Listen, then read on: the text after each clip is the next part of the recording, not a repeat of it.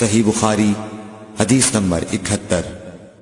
رسول اللہ صلی اللہ علیہ وسلم نے فرمایا، جس شخص کے ساتھ اللہ تعالی بھلائی کا ارادہ کرے اسے دین کی سمجھ عنایت فرما دیتا ہے، اور میں تو محض تقسیم کرنے والا ہوں، دینے والا تو اللہ ہی ہے، اور یہ امت ہمیشہ اللہ کے حکم پر قائم رہے گی، اور جو شخص ان کی مخالفت کرے گا انہیں نقصان نہیں پہنچا سکے گا یہاں تک کہ اللہ کا حکم قیامت آ جائے اور یہ عالم فنا ہو جائے۔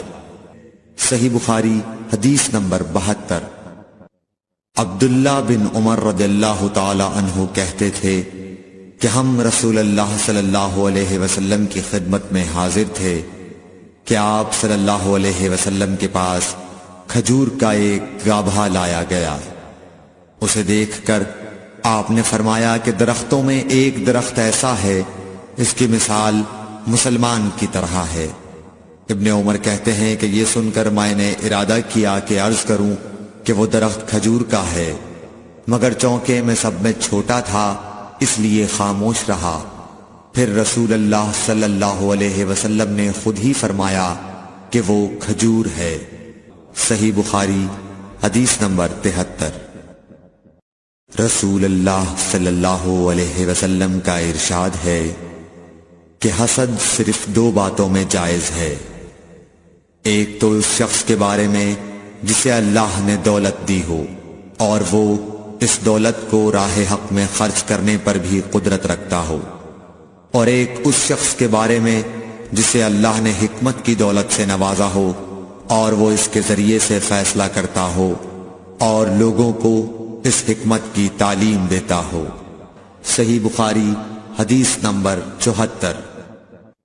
رسول اللہ صلی اللہ علیہ وآلہ وسلم نے فرمایا، ایک دن حضرت موسیٰ علیہ السلام بنی اسرائیل کی ایک جماعت میں بیٹھے ہوئے تھے کہ اتنے میں ایک شخص آیا اور اس نے آپ سے پوچھا، کیا آپ جانتے ہیں کہ دنیا میں کوئی آپ سے بڑھ کر عالم موجود ہے؟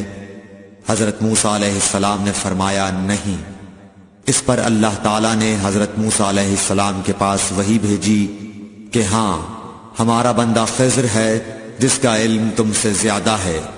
حضرت موسیٰ علیہ السلام نے اللہ سے دریافت کیا کہ خضر علیہ السلام سے ملنے کی کیا صورت ہے؟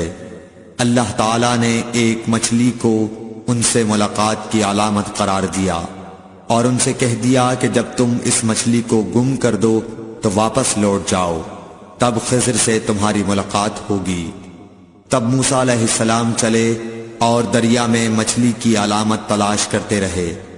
اس وقت ان کے ساتھی نے کہا، جب ہم پتھر کے پاس تھے کیا آپ نے دیکھا تھا؟